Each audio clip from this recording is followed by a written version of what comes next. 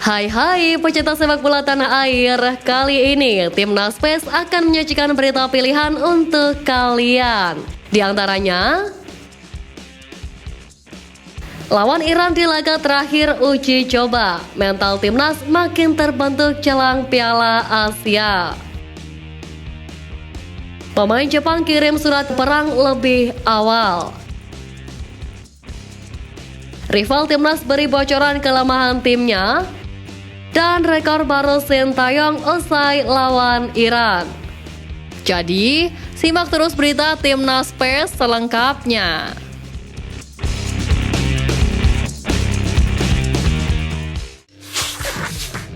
Akademi Sepak Bola Garuda Yaksa melakukan kerjasama dengan Aspire Academy Qatar untuk pengembangan sepak bola Indonesia. Penandatanganan perjanjian kerjasama ini dilakukan di Stadion Utama Gelora Bung Karno Senin lalu. Kerjasama ini diapresiasi langsung oleh Ketua Umum PSSI Erick Thohir. Ia mengakui bahwa untuk membangun sepak bola ke arah baik perlu dilakukan kerjasama berbagai pihak yang peduli. Bagi Erick, komitmen Prabowo yang perhatian terhadap pembinaan usia muda patut diapresiasi. Dia menambahkan kualitas Aspire Academy dalam program pengembangan sepak bola sudah teruji. Sementara itu, Prabowo Subianto mengatakan ujung dari semua pembinaan baik yang saat ini dilakukan Garuda Yaksa dengan menjalin kerjasama dengan Aspire adalah Timnas Indonesia tampil di Piala Dunia suatu saat nanti. Prabowo juga menambahkan bahwa PSSI di bawah kepengurusan Erick mempunyai masa depan cerah. PSSI saat ini tengah gencar melakukan naturalisasi pemain untuk memperkuat skuad Garuda. Kini Marten Paes menjadi nama terbaru yang naturalisasinya mulai diurus oleh PSSI. Pada Senin malam, Marten Paes sudah bertemu dengan Ketua Umum PSSI Erick Thohir sebagai simbol berminat memperkuat Timnas Indonesia. Paes merupakan seorang kiper yang saat ini memperkuat klub divisi utama Liga Amerika Serikat FC Dallas. Sementara itu, Ragnar Oratmangun dan Tom Haye sudah lebih dulu datang ke Indonesia guna mengurus beberapa rangkaian prosedur naturalisasi. Saat disinggung peluang Marten Paes, Ragnar Oratmangun dan Tom Haye mulai bisa memperkuat Timnas Indonesia di kualifikasi Piala Dunia 2026 zona Asia yang akan kembali bergulir pada Maret 2024. Anggota Exco PSSI Arya Sinulinga enggan mengobrol janji. Ia mengungkap bahwa tengah mengupayakan untuk mengebut proses naturalisasi para pemain tersebut. Jelang laga terakbar sebenua Asia, pelatih Jepang Hajime Moriyasu menaruh kepercayaan diri untuk membawa Jepang meraih gelar juara Piala Asia 2023 yang jadi target jangka pendeknya. Selain itu, dirinya juga mengungkapkan bahwa ia memiliki target jangka panjang yakni membawa The Samurai Blue berprestasi di Piala Dunia 2026. Lebih lanjut, pria berkebangsaan Jepang itu menyadari untuk membawa Jepang juara Piala Asia 2023 bukanlah hal yang mudah. Sebab tidak ada lawan yang mudah di kompetisi sepak bola 4 tahunan itu termasuk Indonesia. Melihat target ambisius Jepang itu, maka Timnas Indonesia harus waspada. Diketahui laga melawan Jepang sendiri dihelat 24 Januari mendatang. Dan nantinya hanya juara grup, runner-up grup, dan 4 tim peringkat ketiga terbaik yang berhak melaju ke babak 16 besar Piala Asia 2023. Seperti diketahui, Timnas Indonesia telah tiba di Doha, Qatar pada minggu kemarin. Tim asuhan Sintayong pun juga langsung melanjutkan pemusatan latihannya setelah menjalani tes selama 2 minggu di Turki. Diketahui dalam 2 laga uji coba melawan Libya, Timnas Indonesia menelan kekalahan. Mengetahui hal tersebut, Erick Thohir akhirnya buka suara. Menurutnya, hasil melawan Libya memang tak sesuai dengan harapan. Akan tetapi, Erick cukup puas dengan performa para pemain. Pasalnya, Rizky Ridho dan kawan-kawan tampil cukup bagus dalam uji coba kedua. Setelah menunjukkan peningkatan dalam uji coba kedua tersebut, tentu diharapkan Timnas Indonesia lebih baik lagi ke depannya. Usai menghadapi 2 laga lawan Libya, Timnas Indonesia baru saja menghadapi Iran semalam. Menurut Erick, ini menjadi kesempatan bagus buat Timnas Indonesia. Erick berharap uji coba lawan Iran ini bisa menjadi uji nyali dan juga mental pemain.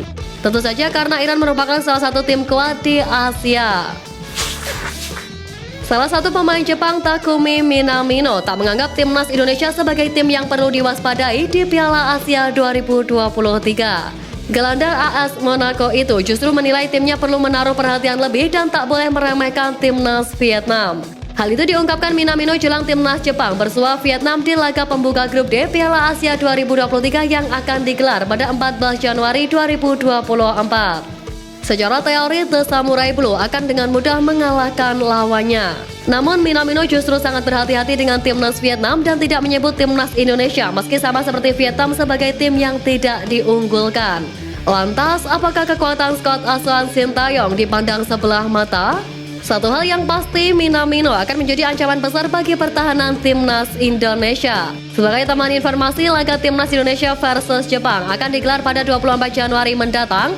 Dan beberapa pakar sepak bola menilai pertemuan kedua tim ini merupakan laga yang paling dinanti oleh penggemar sepak bola tanah air. Pelatih timnas Indonesia Sintayong mematok skuad Garuda untuk bisa lolos ke babak 16 besar Piala Asia 2023. Menatap Piala Asia 2023, timnas Indonesia telah merampungkan pemusatan latihan di Turki. Selama tesnya di Turki, skuad Garuda tercatat melakoni 2 pertandingan melawan Libya. Timnas Indonesia kalah dengan hasil akhir 0-4 dan 1-2. Skuad arahan Sintayong sejatinya juga baru saja menjalani laga uji coba ketiga melawan Irak.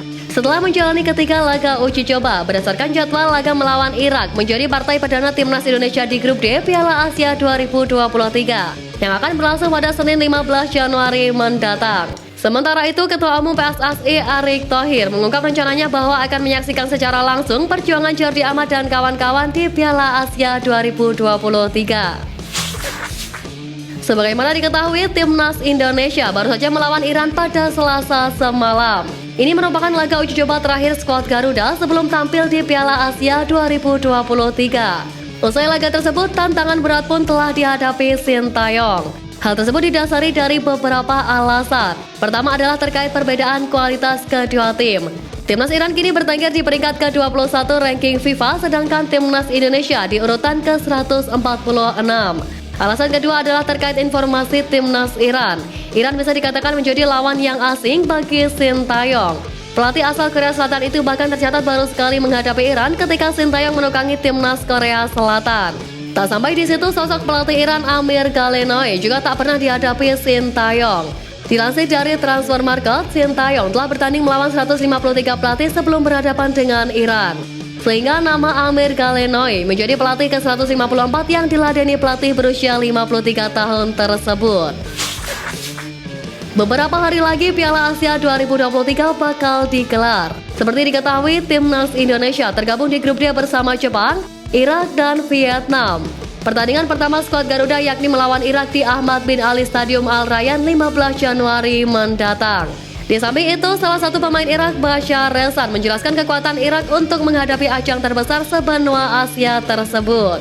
Menurutnya, Irak merupakan tim yang terorganisir secara defensif dan ofensif. Selain itu, baginya kerjasama antar pemain dan semangat persaudaraan menjadi sumber kekuatan dan pendorong untuk meraih kemenangan. Sementara itu, pemain Qatar SC itu juga mengungkapkan apa yang paling ditakutinya. Ia khawatir akan kesalahan-kesalahan sederhana di pertandingan penting tersebut.